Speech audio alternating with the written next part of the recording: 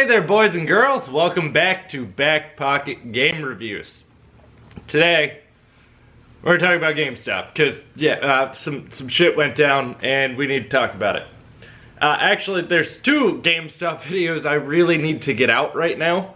But we're going to talk about this one first because this one's really the most time imperative one.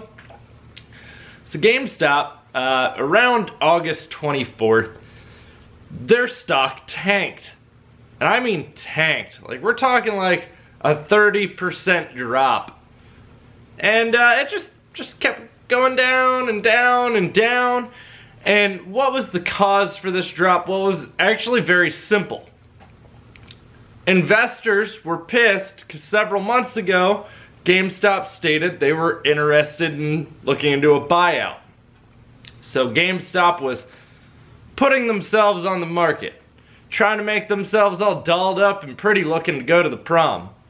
And unfortunately, they stated to investors, we'll talk more about the buyout when we feel there is relevant information to talk about with the buyout. So if one was actually happening, or if a company was seriously courting them at that time to buy them out. And when I say courting them, you might go, oh, well, it's just a simple buyout. That's correct, but if you're not offering something that's going to be worth a buyout, most companies aren't going to do it. But when you're in the case of like GameStop and you're kind of a dying company, what's probably going to happen is a company's going to buy them out and take them private. That's the only way you can restructure that company without really shaking up investors. But stocks went down, dropped way down. Well, stocks have skyrocketed all the way back up. Now, don't get me wrong, GameStop's stock is always like a roller coaster.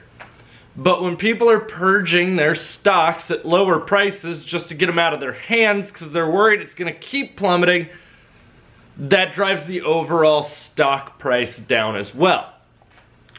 So, what's changed? What has made them all of a sudden skyrocket right on back up? Because they've pretty much regained everything that they lost.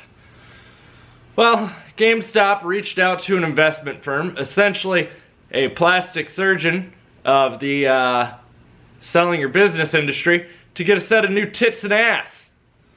So this firm is going to essentially help GameStop look like more of a tantalizing buy.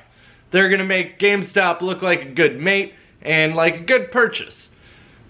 Which, don't get me wrong, GameStop has already done a lot of the things that you would do if you were already looking to sell. They've spun off a lot of the dead weight store-wise. They've closed a lot of their stores that were underperforming stores.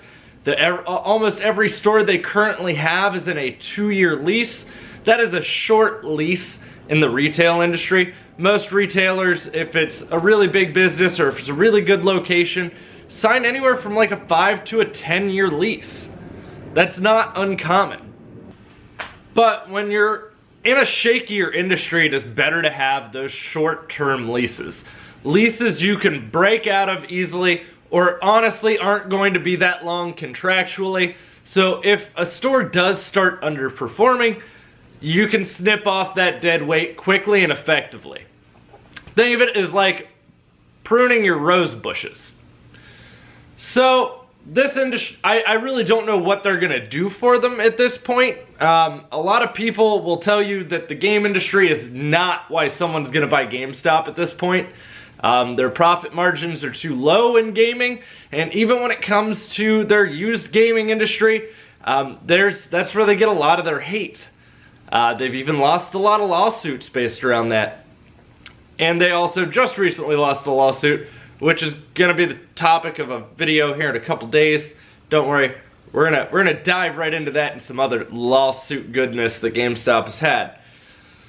So, with the lawsuits going on and with certain industries not really providing a huge profit margin, most investors at this point are more interested in, honestly, the collectibles and stuff along those lines that do have huge profit margins.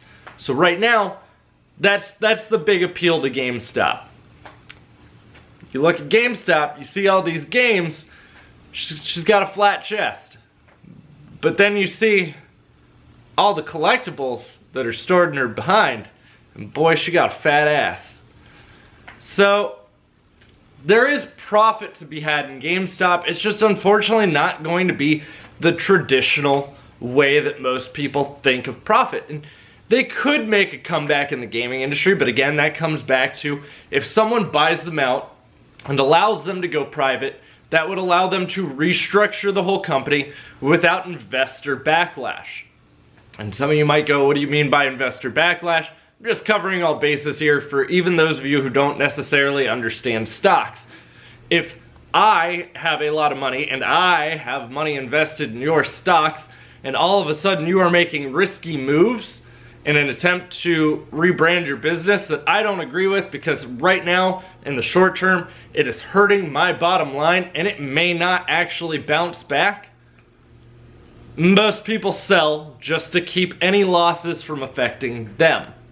And GameStop probably doesn't have all that many small independent financiers invested in their stock. Most of it is probably bigger financiers at this point that have a lot of money tied up. And there are companies that have money tied up that have already stated that they might be interested in buying GameStop.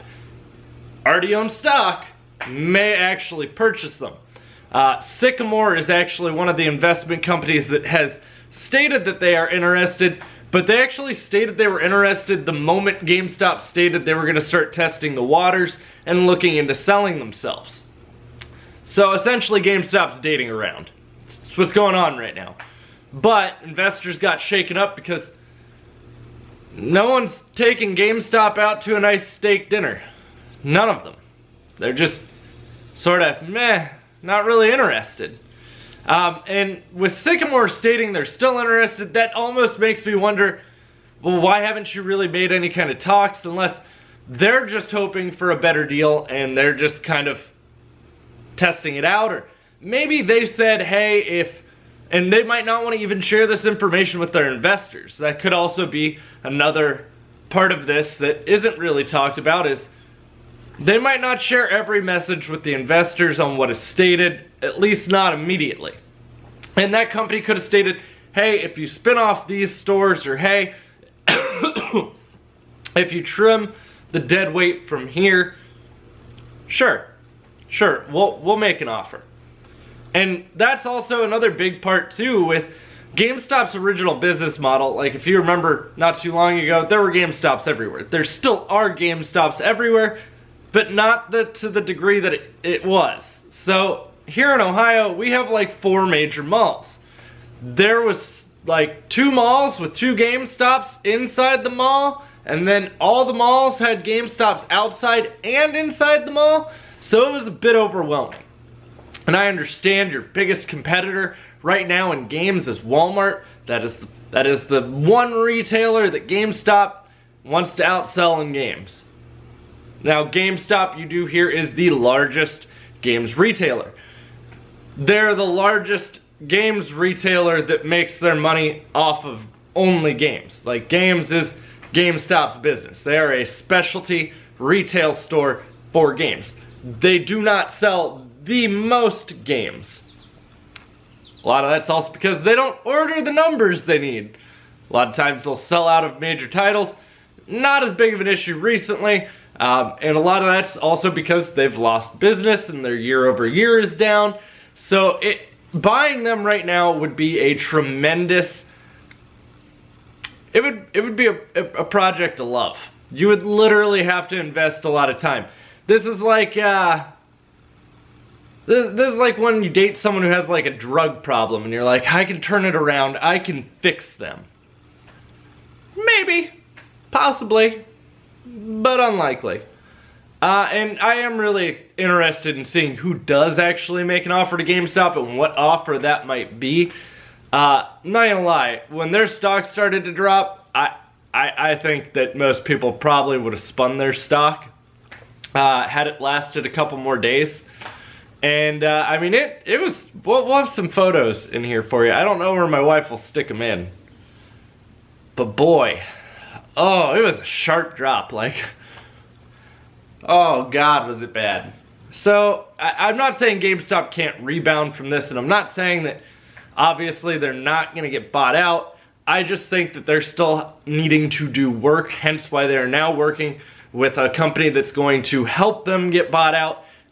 That also is going to probably help them work with whoever it is that is interested in them, because usually there are hoops to jump through to get bought out. And it doesn't shock me that GameStop's going to have those same hoops. Unfortunately, this is a short, tiny, chubby dog, so it might not make it through those hoops. But we'll find out. And it'll be very interesting to see what happens when we find out.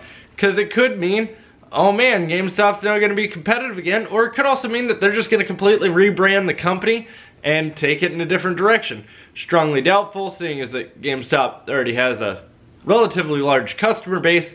Even if they are losing that customer base, you're just going to have to figure out a way to recapture the ones you've lost and to start driving in new customers, which is pretty hard in retail. Guys, if you like this video, don't forget to drop a thumbs up. I was originally going to do another video today, but we're going to save it for tomorrow because reasons.